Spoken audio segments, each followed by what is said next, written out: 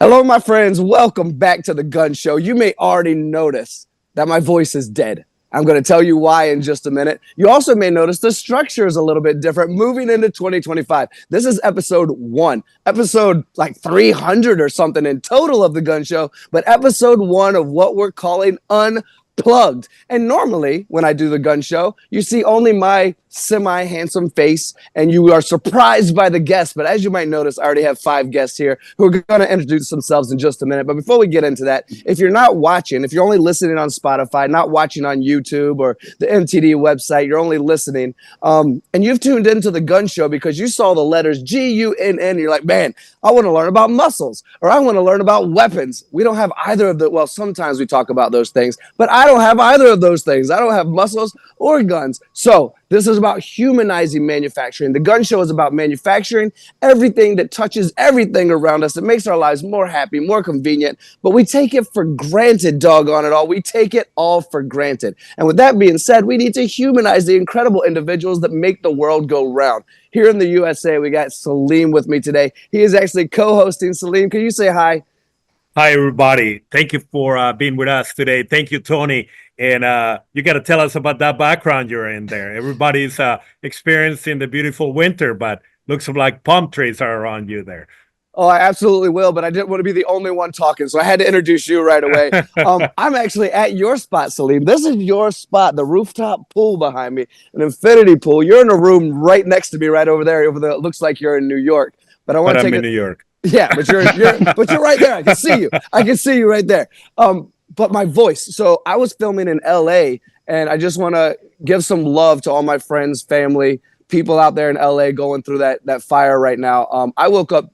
This is actually a Wednesday right now. I woke up on a Tuesday morning with my voice gone because of all the smoke inhalation. And I was in Orange County. So I can only imagine what's happening to those people. So my heart goes out. My love goes out. I hope there's quick healing, quick rebuilds. But that's why my voice is like this. I'm lucky to have 5 guests with me today to help me through this conversation. And before we get moving and introduce all of these incredibly handsome folks, I have to say thank you to all of our sponsors. We have to say thank you to the IMTS team. 2026, we're actually going to have that on our sleeves in 2025. We're so excited about 2026. But the AMT team that supports IMTS, eButter Growth Systems, and Shop Rescue, those consultants out there that guarantee that they can give you double your profit within 3 years. Incredible. And they're saving shops all over the country and all over the world.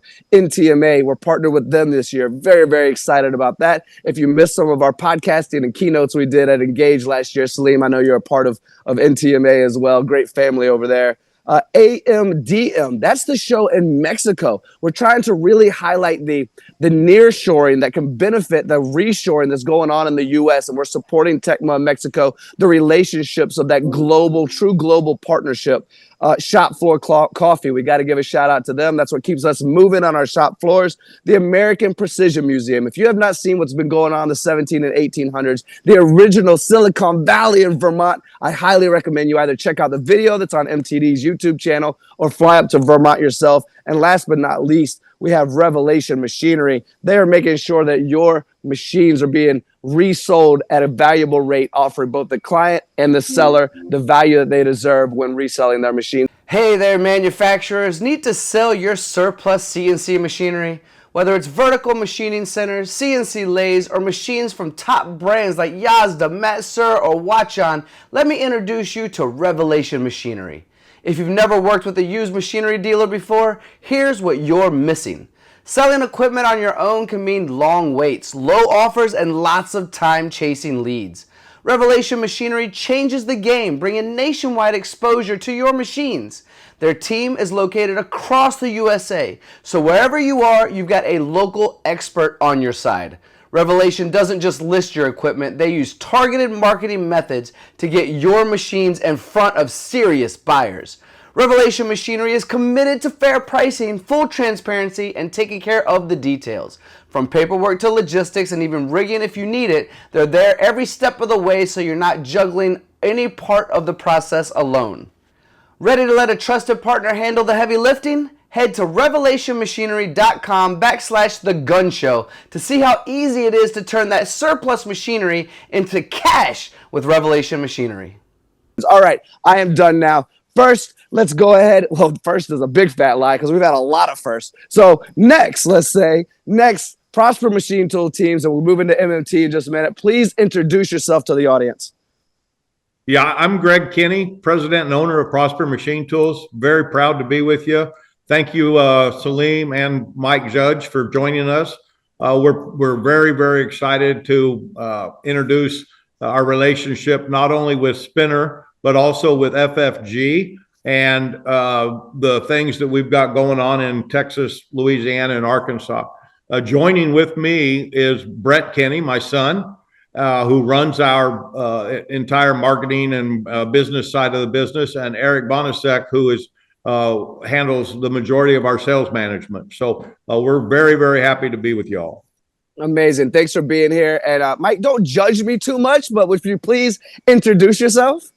Yes. Hello, everybody. My name is Mike Judge. I'm the director of sales for FFG Americas.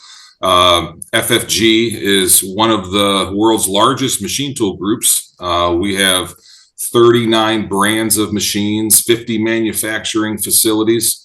The U.S. headquarters is in Metro Detroit, which is where I'm based out of. And I'm here today to work alongside Prosper Machine to talk about all the exciting things we have moving forward in 2025. Is there a reason why you guys don't have this cool background like me? Is it snow over there? What's going on? That's because I live in what's called pure Michigan, and there's a lot of white outside right now. For sure. Well, let's go make an angel, baby. Let's jump out there and make an angel. All right, Salim. Right. I'm going to let you jump in as a co-host here because I know you have a very deep, ingrained relationship with these folks. And there's some topics I think are very important and are intertwined with both Spinner and what you're doing in all of Texas moving into 2025 as well. So I'm going to kind of let you lead a few of these questions to jump in and get so we can all get to know more about Prosper. Absolutely. Prosper's been a great partner for us, but I wanted to, of course, ask Prosper themselves a little bit about your history. How did Prosper come about? What's your experience in your territory, and what are the things that we should all know about your machine tool knowledge and ability to support customers that we might not be aware of? Well, thanks for asking. We Prosper, we are in our working on our 10th year anniversary, and we'll be hosting an open house in April 9th and 10th that both Spinner and FFG will be involved with, as well as some other very prominent builders. Well, don't leave me out. I'm coming to visit you too, by the way. And Tony will be here for the entire show as well. That's right, for the entire show. We started Prosper as a family business. Our original goal was to build around the relationships that we have in the industry from a history of being in the industry for about 40 years. And our goal is to be the best service supplier in the industry in Texas. So we have currently 12 service engineers that specialize in machine tools. We do automation. We do everything from parameters to full bolt and gearbox repair, ball screws, everything. And we work on everybody's machines. One of the things that we felt was an opportunity in the industry as a startup was to service even our competitors' machines. And it's helped us as we've grown, and people have become very confident and dependent on us as a service organization. And why? I was going to ask you, Greg. Sorry, why is service so important to you? Why is that your priority?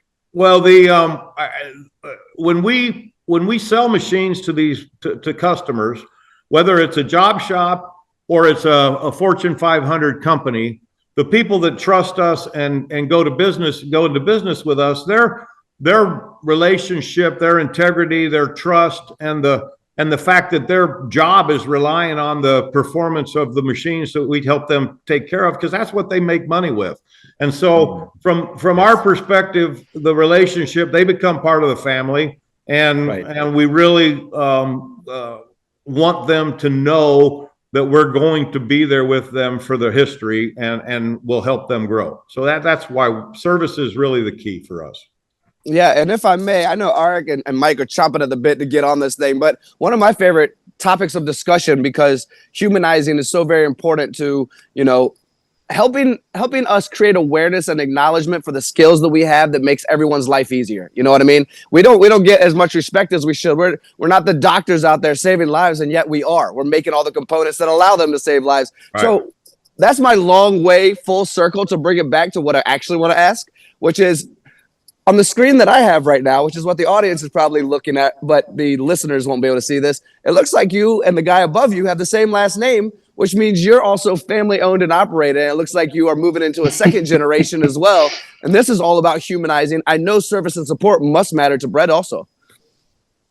Yeah, it's one of the most important things to us. It's the foundation of our company, second only to our good partners like Salim and Mike and people like yourself now that we've kicked off this wonderful relationship. And not just me and being in the business. My older sister is in the business as well, and she actually runs our service and parts division. So she runs a large part of it as well, and her name's Morgan. And we're actually technically a third or fourth generation. My uncle Mike, God rest his soul, was in the business and worked with my dad.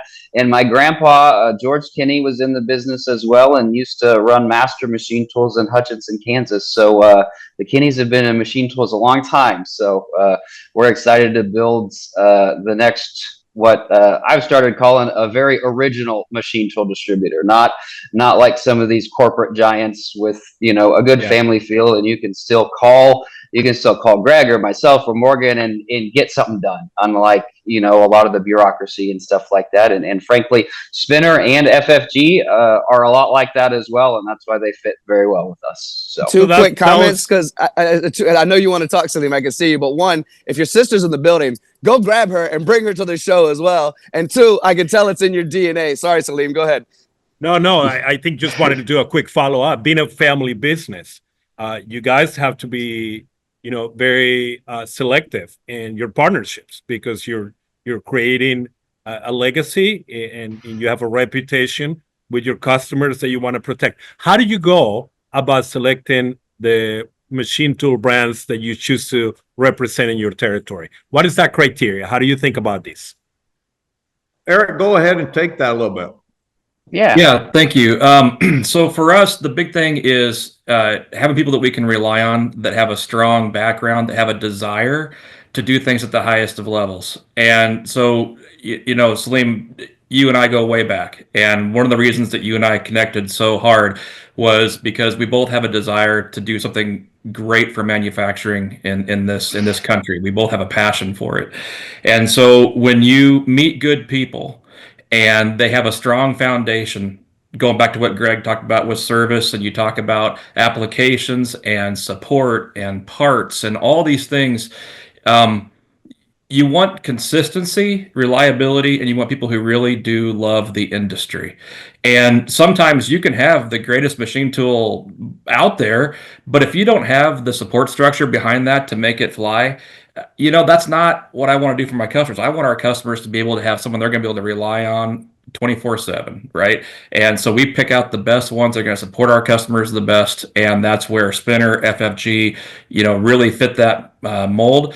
Also supplying machines that are going to have great uptime, great technology, and have the lowest cost of investment at the end of the day, so that these customers, the people that feed all of us on this on this call, we want to make sure they're successful. That's at the end of the day, we're named Prosper Machine Tools. We want our customers to prosper, and the only way we do that is with good partnerships that we're involved in. Yeah, well said. Mike, let's go ahead and get you involved, buddy. We've been talking Prosper a while, and deservedly so, and grandfathers and uncles and fathers and children and sisters, but you have also quite the story. When you opened this thing up, I think it was an actual quote. You said 1 million machines and locations across the country, and we need to break this down so people like myself can actually understand what's going on internally with you. Yeah, I think I said, and why you're here with Prosper today. I think what I said was Prosper Machines 2025 new business forecast is 1 million machines. There you go. There you go. Okay. In Texas, That's where I got Louisiana, it twisted. Arkansas. Okay. There you go. And No 900,000 are spinners. So Yeah, So, I don't know what you're gonna do. All right. So let's make sure that doesn't get edited out. But, No, absolutely. And Salim, I think you need to call the headquarters in Germany right now, because if we're doing 900,000 machines in Texas alone and Arkansas, good luck. Tony, we're going to need some help. All hands on deck.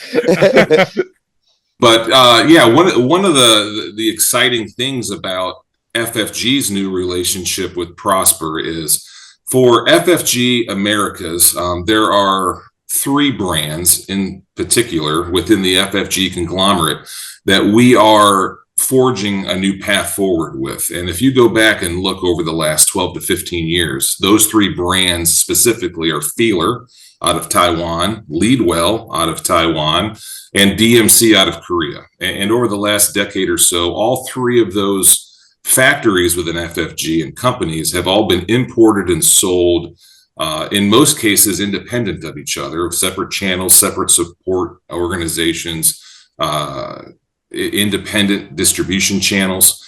And now that we have an entity here in the United States, which is the MAG Automotive LLC company within FFG, in which we build horizontal machining centers and applied systems and cells in Metro Detroit, we have taken on the responsibility for the importation and sales of all 3 of those brands and factories. And what we like to talk about is creating an all-star team. Why be good at 3 things when you could be excellent or great at 1? So what we've done is spent a lot of time over the last year putting together what we call the all-star lineup of those 3 brands and factories. And we will start importing that under a singular brand, under the FFG brand. And we are morphing into a singular distribution channel. And after a lot of due diligence, we landed on signing up with Prosper Machine for that FFG single channel distribution network throughout Texas, Louisiana, and Arkansas. And we are extremely excited to get kicked off and very much looking forward to the open house. Well, that's not confusing at all. No, hopefully it wasn't. No, that actually wasn't bad, all things considered. I think you explained that well. There's 39 other brands and 50 other factories we can talk about, but I don't think we've got the time. But that's the 1 million I was thinking of. Okay, 39 and 50. I got it. Exactly. Well, what I want to do is there's a couple of questions that I think are very important to me. I always want to humanize this industry, and I want to give you time to think about it. So toward the end of this show, I want to, including you, Salim, I want to ask each of you kind of why you're in manufacturing and what it means to you, how you got into it. Just a short little few-minute spiel, since there's so many of us today. But before we get into that, I would like to pick each of your brains individually as well, and think of if someone was listening to this show or watching this show right now and only had a couple of minutes of time to really feel like they created value from their day by listening to a message that you could give about who you are, what you do, what you accomplish, and what Prosper and MMT individually mean to you. They're tuning in right now. They have about 3-4 minutes of time, and they go, I want to have the best bang for my buck right now. And obviously everyone's listening to the whole show, of course. I mean, you guys are incredible. They want to hear us laugh and joke and have a good time. But what I'm trying to do is empower you to take a moment, take the microphone, take the spotlight, and just bring it all into one and say, this is what we are. This is who I am. This is what we do. And this is what it means to me. But don't throw too much of the manufacturing stuff in there, because that's the next question. But just like who you are and what you do. Greg, we'll start with you as the leadership role, even though I think Brett's moving into that quickly at this point. You're not ready to retire, though, are you, Greg? No, in fact, I think I'll probably just be here until Brett says he's going to do me like Indians up in Alaska, and he's going to put me out on an ice cube and push me out in the sea when it's time. So I'll be here until that. Well, you and I have similarities in whatever that transition may bring, because I come from Viking descent, and I've told my daughter, put me on a raft, set it on fire, and push me over a waterfall while singing like Ave Maria or something in the background. You know, so I grew up in machine tools and manufacturing. I believe manufacturing in the United States is absolutely one of the most important things that our country has ever done and built is take things out of the ground that's underneath us that God gave us and add value to them to make people's lives better and to make help other people survive and make money. So it's a passion. It's a lifestyle. It's in my DNA. As Brett said earlier, my dad was in the business. I remember when I was a Cub Scout, the first built a Pinewood Derby car on a 5-axis manual Maho machine. So I've been in it forever and came straight out of school and started traveling around the United States, pulling a machine behind a yellow Suburban and doing demonstrations on the machine and learned how to sell and work with distribution. And so it's been in it forever. And what we find is you have to treat everybody right, because everybody continually comes back to this industry once it's in their blood. And the relationships that, the people move, businesses change, but the people always come back, and you end up working with the same people over and over and over again, whether it be a customer or a builder or a manager of a builder or a service person. Everybody's intertwined in this business. It's not as large as some other industries are. So the leaders of the business all affect each other very much. So it's a passion for me. I'm excited to have my family in the business. Eric and I have literally been together for almost 20 years, and we have other people in our business the same way. So thanks for giving me an opportunity to talk a little bit from the heart. Yeah. What does manufacturing mean to, well, everyone? It's the heartbeat of America. It's the creativity that makes all the things around us. If it's not people and if it's not air, take a look around. It's been touched by manufacturing. The evolution of the reinvention of the American Precision Museum have preservation, education, and inspiration. And we just want to make a difference in the way manufacturing and machine tools are perceived. It's scary to think what this country would look like without manufacturing. Oh, I love the heartstrings is where I love to pull from, my friend. And Eric, we're gonna slide over to you in just a minute. We'll get over to Brett after that, and then Mike will go to you. But have you ever heard that joke, Greg? Salim, you've probably heard this joke as well. Same face, different business card. Right. Yep. That's what you mean when we say we're working with the same people over and over again in different facets. So you never want to burn those same bridges. heart, Tony. Same heart. I think it's coming from the same place. Yeah, I would agree. All right. Maybe not directly blood, but 20-year relationship. You might be seeping some of that blood into your system now. What does Prosper mean to you? Yeah, man. So as Greg alluded to, I've actually been in this industry for almost 25 years now. And Greg and I worked together for a stint selling machine tools a long time ago. And then I spent 10 years with OSG selling some of the best round tools in the world. And then Greg and I were talking, and we decided to get the band back together, and so here we are. And I've been kind of adopted into the Kinney family a little bit there.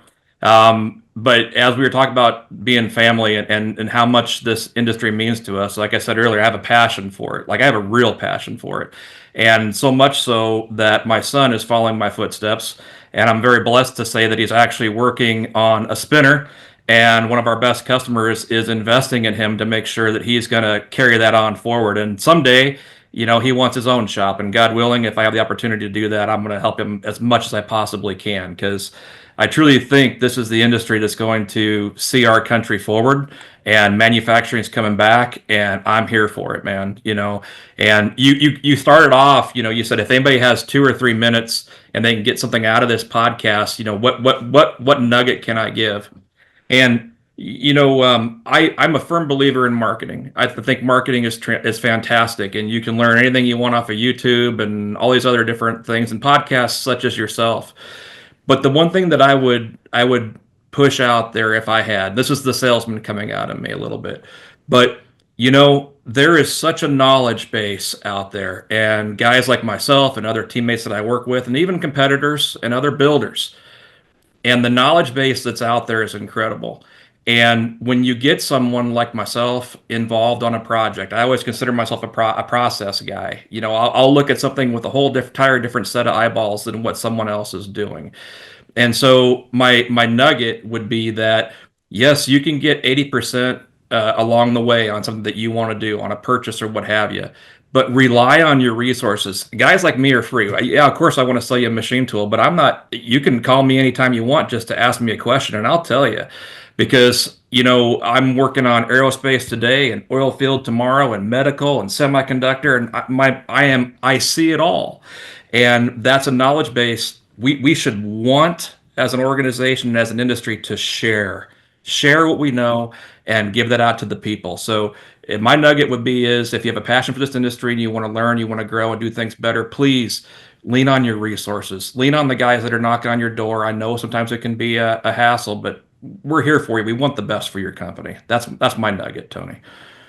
Yeah, very well said. And you know, here on this show, we are obviously supporting manufacturing and people who know about manufacturing, but our ultimate goal is to maybe get people excited enough to join us that aren't in manufacturing and might want to participate. And I think that message that you just gave, if we can reach those people, it'll touch their hearts as well. So maybe I got to follow up, Tony, here for Eric, because I mean, we've been talking about passion and love and the knowledge base that is in this really small industry. We think it's so big, but it's not, to Greg's point. But I will ask Eric, what can we do, the ones that have this passion and love for manufacturing, to ignite that same passion and that same love on younger people like your son that have seen that this is the future of our country and this is how they can become successful while making others successful at the same time?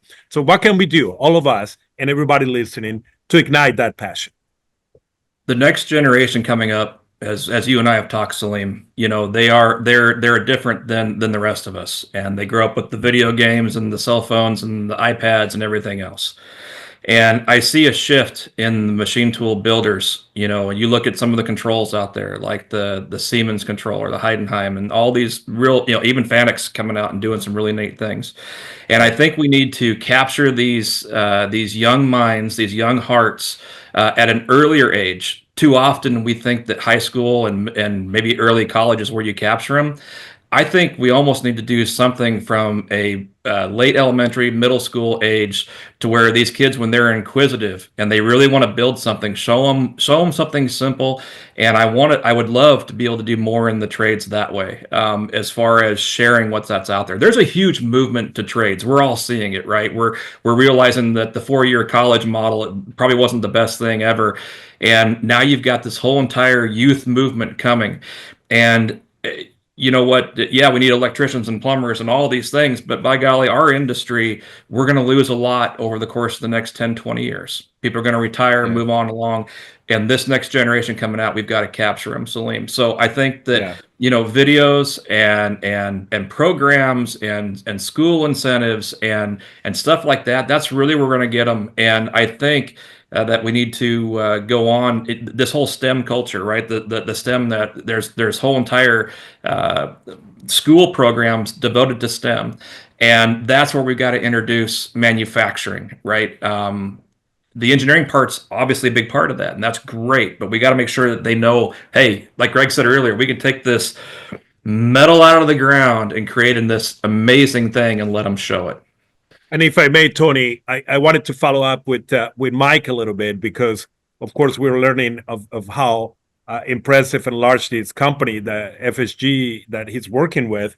And, you know, clearly we're all here and we share this passion. But, you know, at this global level, a global industry like machine tools, right? I think we all agree it doesn't get any more global than this. We're always paying attention to everything that's happening. But what does that mean to you? What Eric was just saying, the passion and love for the small shop out there in the middle of Michigan, and how that comes together for a big company like yours. Yeah, I think at the end of the day, whether it's a large OEM, tier one, or job shop, they're all looking and striving for the same thing. They're all struggling with finding good people They all are seeking good support, and they're all seeking good quality machine tools. And I think at the end of the day, what will make someone successful in this trade and in this business is simply, and Greg alluded to it earlier, building trust. There are a lot of machine tool builders. There are a lot of products that, as we say, can all make the part.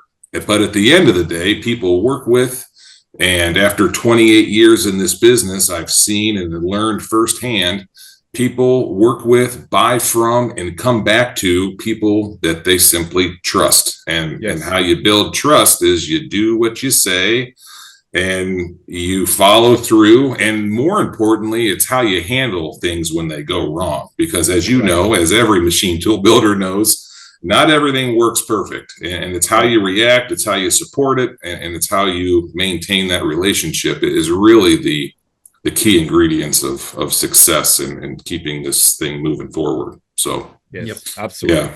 Yeah. And on a side note, just to piggyback on Greg's touching on family and the humanity part of it, how I got into this business and where my passion strives from and where I find a special connection with Greg and Brett is I got into the business because of my father. He was in machine tools and manufacturing for 45 years.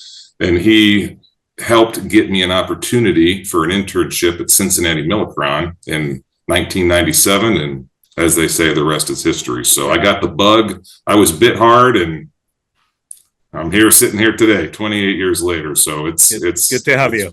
Yeah. Thank you. My brain is a funny thing because it's spitting wild right now with so many questions, so many potential solutions. I mean, I want to go back to what Eric was saying with STEM, because I've done so much work with the STEM teams recently, giving keynotes, and we've had this conversation about reaching the kids, but it doesn't matter what we tell the kids if their parents don't believe it. If their parents don't believe it because we offshored everything and they're mad about an industry where they all lost their jobs, how do we convince them that it's good again? Like, there's so many conversations to this. Brett looks like he's about 22 himself, so we need to talk to his peers about this at this point. And he's Mike, not allowed to drink legally. and Mike, just now, last week he got a new birthday, I think. But then Mike brings up, just like Greg and a lot, not myself, but a lot of us, I'm in the business because my father was in the business, except we're talking about a labor shortage where there aren't fathers in the business. So we need to reach the kids that have that fathers are elsewhere, right? So that my brain is about to explode right now with the conversation we can have for the next 3 days. You want to do a three-day podcast, guys? Sure. Let's do it. We can do it. Let's get Can we all join in the pool? We're doing it from the pool. There we go. and just to my right, we have a cold bath as well. So you can do hot and cold at the same time if you want to do a cold soak. All right, Brett, let's get you into this a little bit. And I would say, let's just continue with this topic we're on. Let's just elaborate further on STEM and labor shortage and getting people excited. And you're obviously, third generation at this point, fourth generation. So, and you're the youngest one on this panel right now. So I'd love to just pick your brain a little bit and learn some of your thoughts. Absolutely. So not 22, but 31. So for machine tools, I'm still a young pup, I guess. And as the token millennial on here, I'll kind of jump into that. Manufacturing is not an industry I thought I was going to be in. It's an industry that I grew up around, all the guys that were in it, all the salesmen that my dad helped raise, the builders that he'd have over at the house, people like that. But I had no idea what they did, and it certainly, manufacturing isn't something that I went to school for. In fact, I don't even know a place where you really could go to a 4-year college and have them teach you anything about it. And so it's not a business that I thought I was going to get into, but it's a business I fell in love with after I got introduced to it from Dad and his some of his distributor friends throughout the rest of the country and things like that. And I had a passion for building a business with my family, unbeknownst to me how hard that actually is to do. But we've made it 10 years now, and I would say that to hopefully there are young people that just stumble across this, even if they're not looking for it on YouTube and the algorithm plays into that, to get it on their feeds and stuff like that.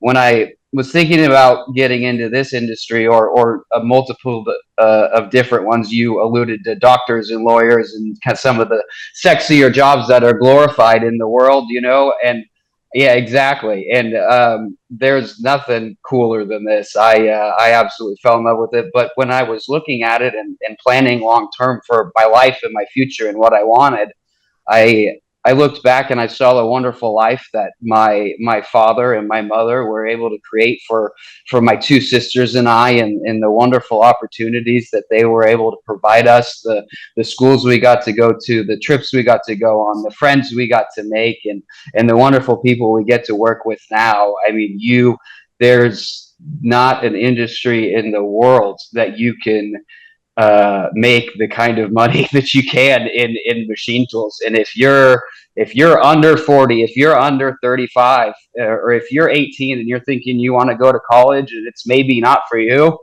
get into a machine shop, get into a trade school. And I am involved with the college that I went to here in Fort Worth, and a lot of these younger people now are like, I don't want to go get an MBA. Don't waste the $200,000. Come into machine tools, work for a builder, be an applications engineer, or come work for a distributor, be a salesman, or go work in a machine shop.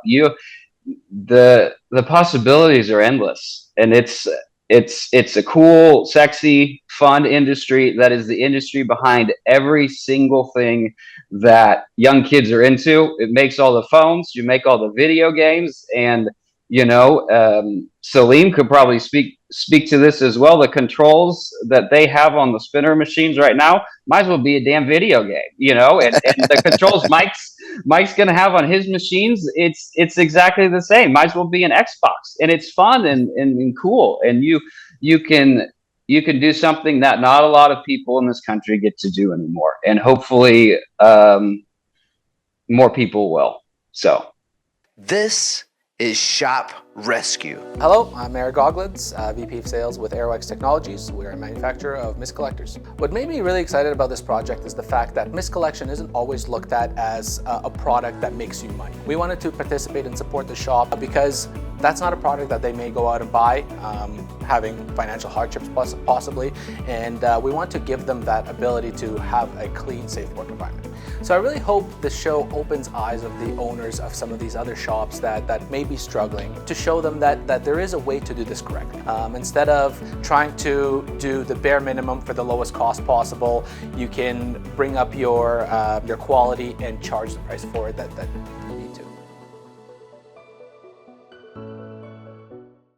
to. Salim, you always have the best follow-ups, but I'm going to try and take this one real quick and try and be as cool as you, which is definitely not going to happen. But Brett, I want to follow up on this with, I'm a Gen Xer. You said you're the token millennial. I don't even know all the letters and numbers are given to the other generations. I barely know my own, right? I know millennials and boomers because you always fight with each other. Yes. But that's about it. But what I want to bring up is this rumor that I've heard about the generation that's 12 to 25 right now.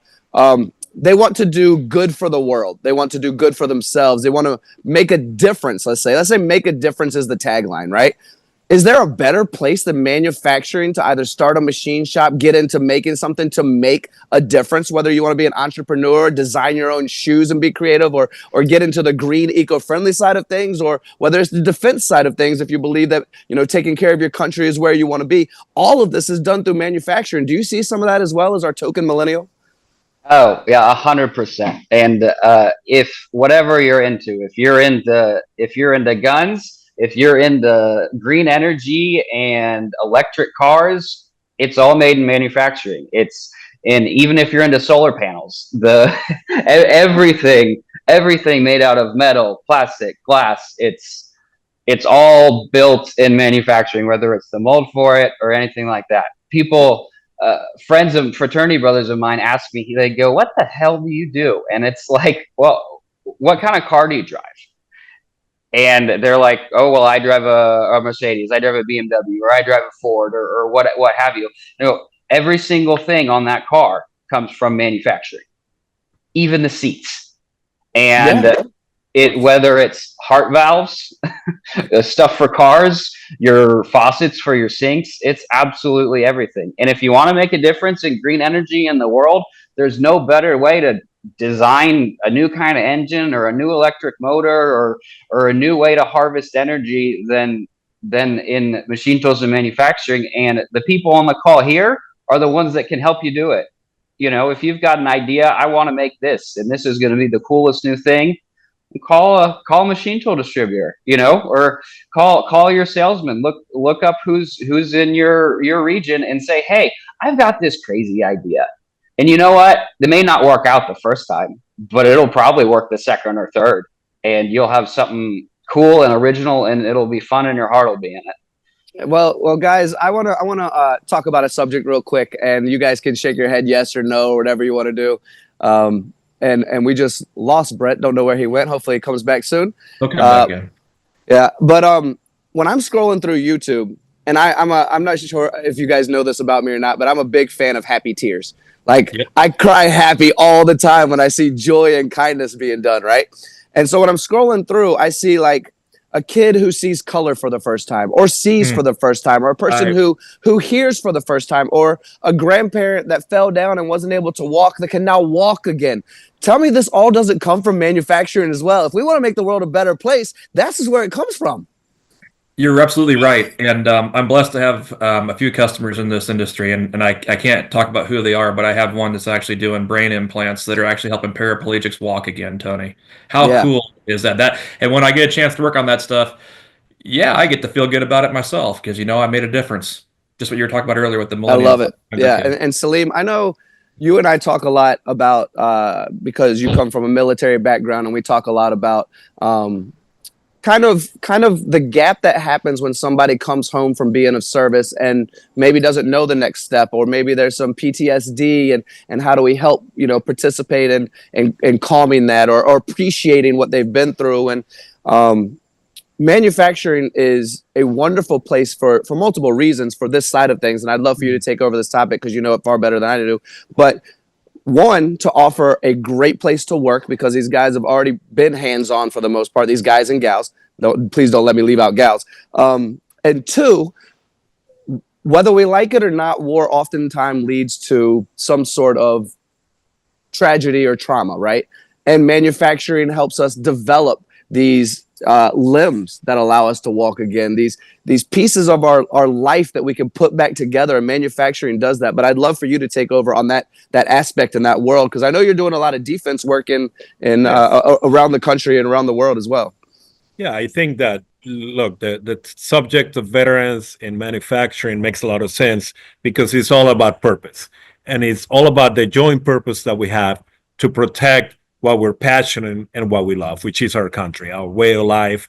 And I think we were talking about the younger folks, veterans or not veterans. I think we all have to take a look in our heart and find what is our duty for ourselves, for our neighbors, for everything that we enjoy in a society in the United States, and that is constantly under threat, right? So when you're talking about veterans coming into manufacturing, this is a continuation of that commitment, is an extension of the purpose that has grown out of passion, out of love, out of a sense of duty. And I think a sense of duty that we need to, as we are doing by doing these podcasts, that we need to allow everybody to feel and allow everybody to be part of. And so I will say that when you're making that piece of metal, when you are cutting that part, no, you're not just simply doing an amazing, beautiful work of engineering, but you are making a difference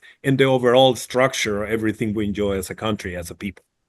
Yeah, it's very well said. We have about 10 minutes left, and I don't want to forget to highlight this incredible, I know we've talked about it once, but this incredible open house that you guys are doing. I want to invite the whole world, but I know you have a certain territory, but we'll speak like we're speaking to the world. What do you think is going to be the most exciting? What type of people should come visit? Let's talk about the dates again. Let's talk about your website where people can find more information. Let's talk about registration. Let's talk about everything we can to highlight this incredible event that's coming. Got it. Wait, Eric.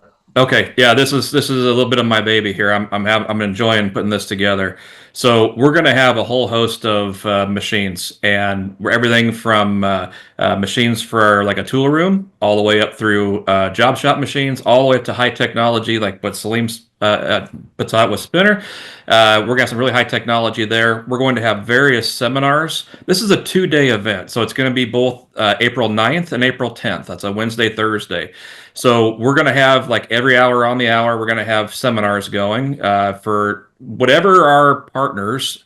Like when I say our partners, it's not just our machine tool builders. We have partners, right? Like Kennametal, Sandvik, Iskar, Heimer, all these different guys are all going to be a part of this, right? And they're going to have an opportunity to show you the latest technology that they're bringing to the market. We've got guys that are going to be doing some things that you can add to your machines for technology based that can actually add to your quality, and that's going to be a neat segment. We got a metrology room where we'll be showing how you check the parts that you make. It's going to be kind of this really cool thing where you can do this big loop, and as you come in through our facility, there'll be obviously different builders and partners you can talk to. You can see the highest technology, you can watch it run. You can actually apply it to some of the things that you're doing in your facility, and then we're going to show you how you check those parts on the way out. And yeah, we're going to be having some good old Texas barbecue both days. We may even have some adult beverage there for a few people, and we're going to make it a fun learning event. Eric, can you tell us the dates again for everybody to write them down? Yes, April 9th and 10th. That's a Wednesday. And 9th and 10th.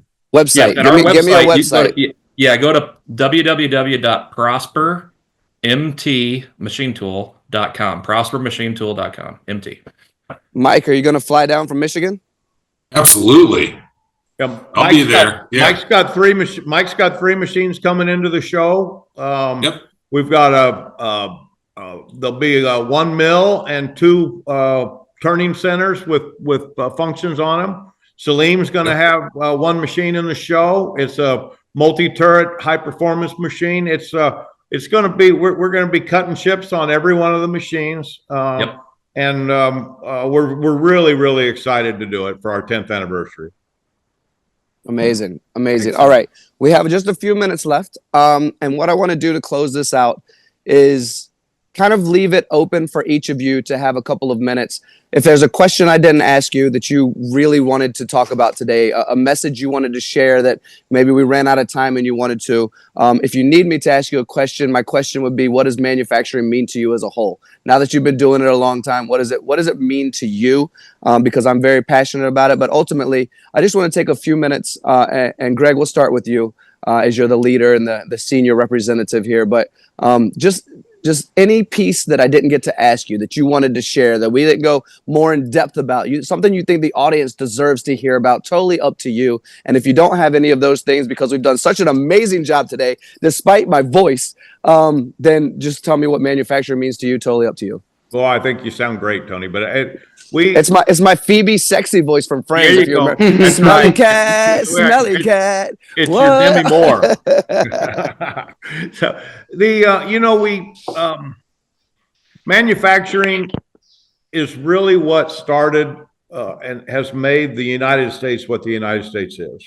And people, you can go back and work in factories and you can walk around and all of a sudden you're looking at a 1940 built machine that was specialized, engineered and designed to make this one specific part better than anybody else in the world could ever make it. And that's what my dad was involved with. And that's what Mike Judge's father was involved with.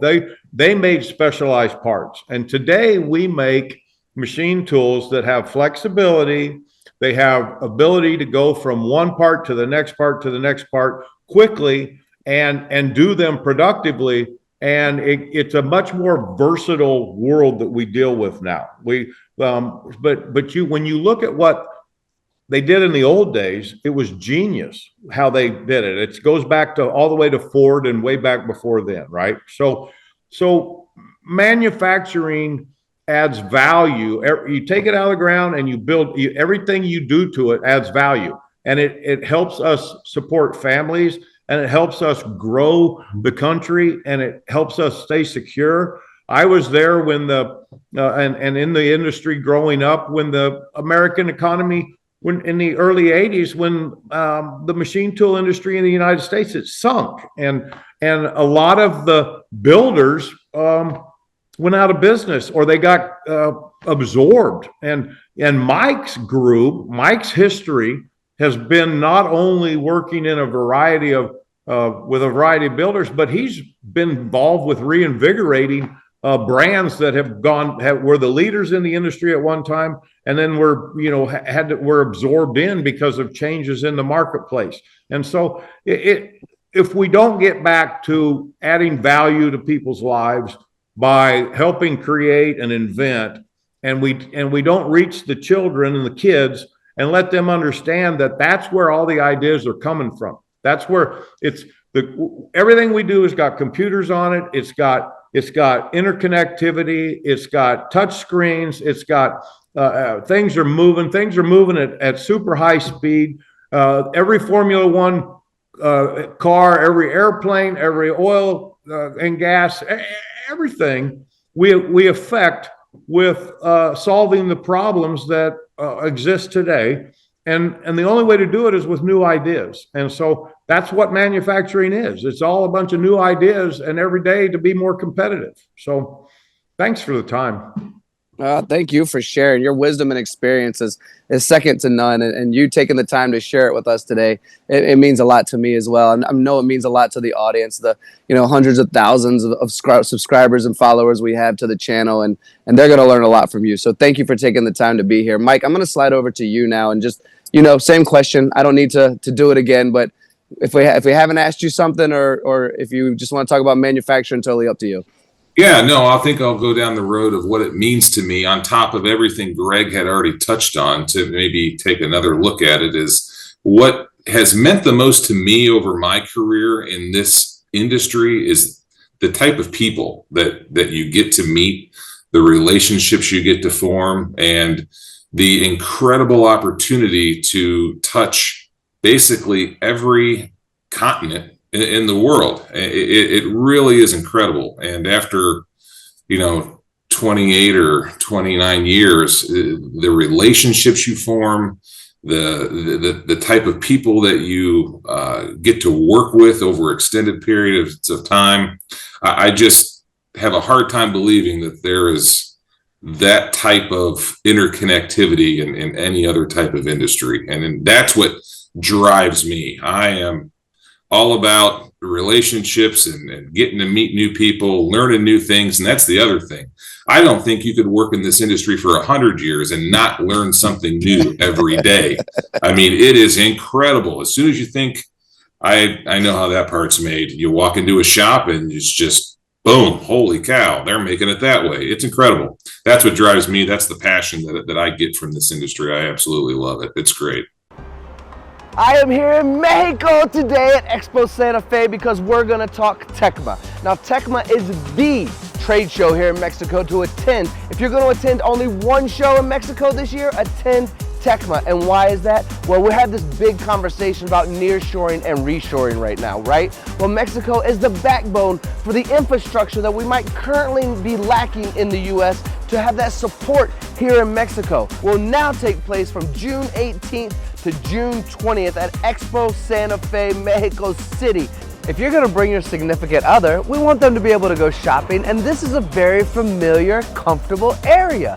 You can go shopping, enjoy yourself, there's restaurants everywhere, and safety is key. Here, you have no problems.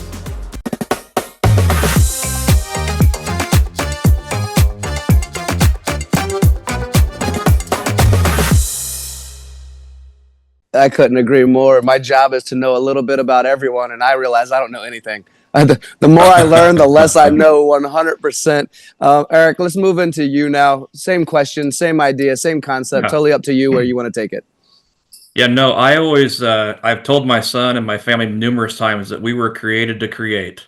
And that's kind of my little personal tagline, right? Created to create. God's the master creator. Jesus was a carpenter.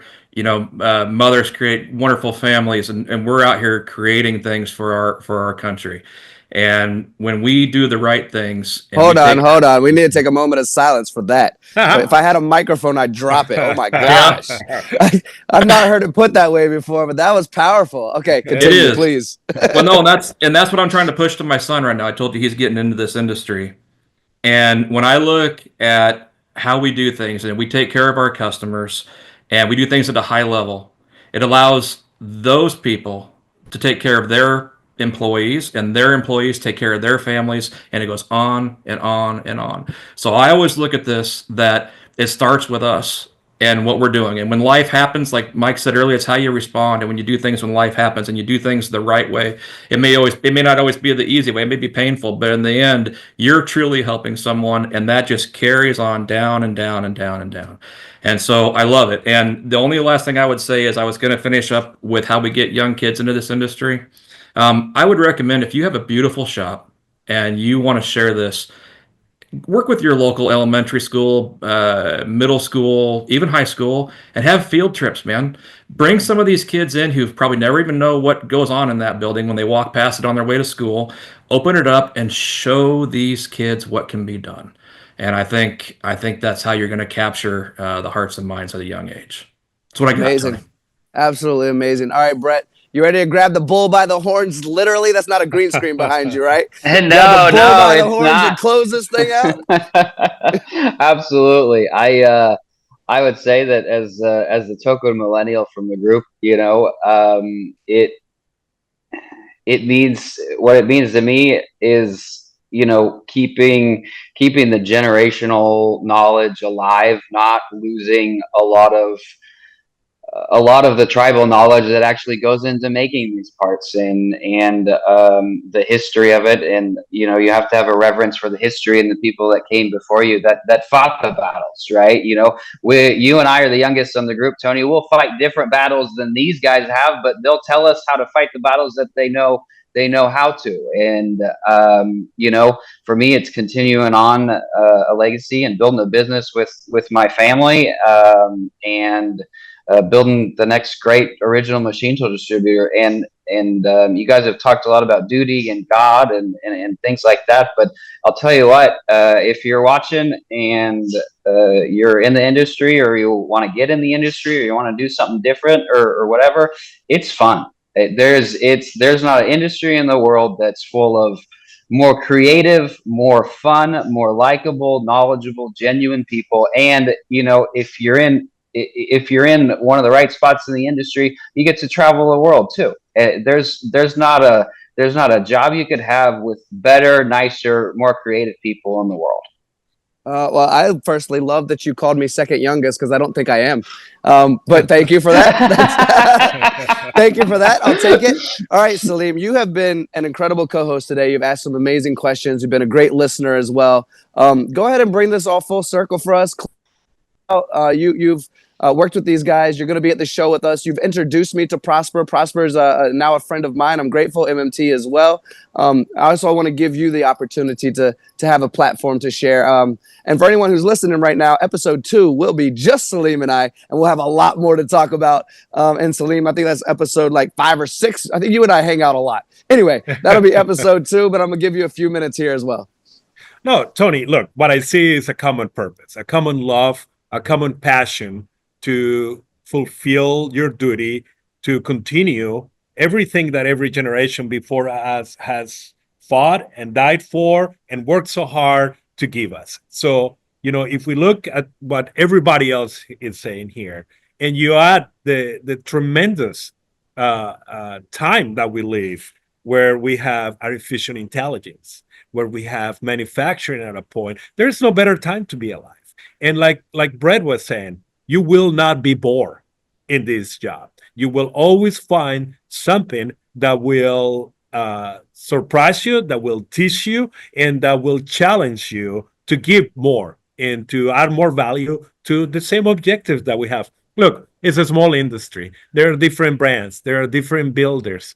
And we can get all caught up into the commercial side of it. But at the end of the day, the ones that understand that is our common ground, our common objective, that it's going to bring us to success and to build everything that we wake up every morning and in this industry, morning means 4 a.m. at least, to fight for and to live, like Eric was saying, to create what we were created to do.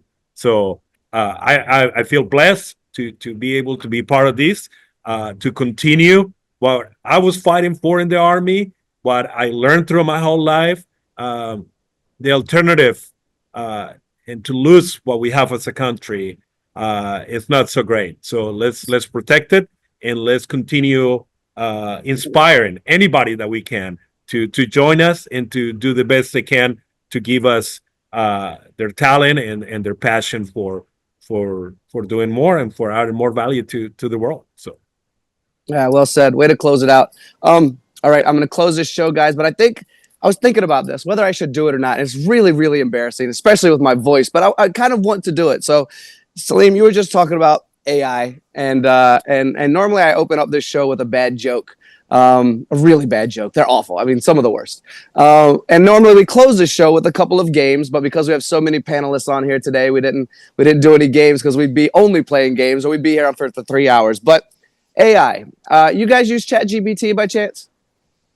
yes. Yeah, me too. So I was sitting on the plane yesterday, flying to South Florida, and I was thinking about this podcast. I was like, what would be a good theme song for the podcast?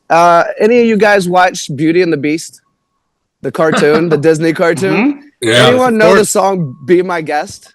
Oh yeah. Yes. Yeah. So I talked to ChatGPT. I'm actually going to do this, and said, please rewrite Be My Guest. But for the Gunn Show and for manufacturing. And I'm only going to do like one verse, but I have to do it because it's silly.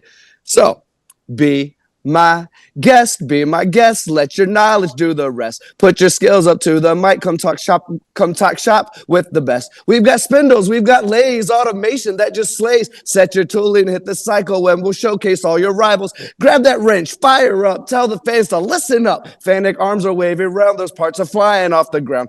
Edge bar feeders feed all night. Chips are flying left and right. So relax and cut some steel on the Gunn Show. That's the deal. So there's like 2 more verses. Bravo. That's awesome. I'm not doing any more. Bravo. That's awesome. Love it. You're It's ready impressive. for Broadway. Fantastic. That was great. So that is the show. Thank you all for being here. Thank all my listeners. Time is the one thing we cannot manufacture more of. So if you shared your time with us, we truly, truly appreciate That's it. true. And as Eric said, we're created to create. So keep on creating. Thank you all so much for your time. I look forward to seeing you in Texas. Thank you. Thank you. Thank you. See y'all in April.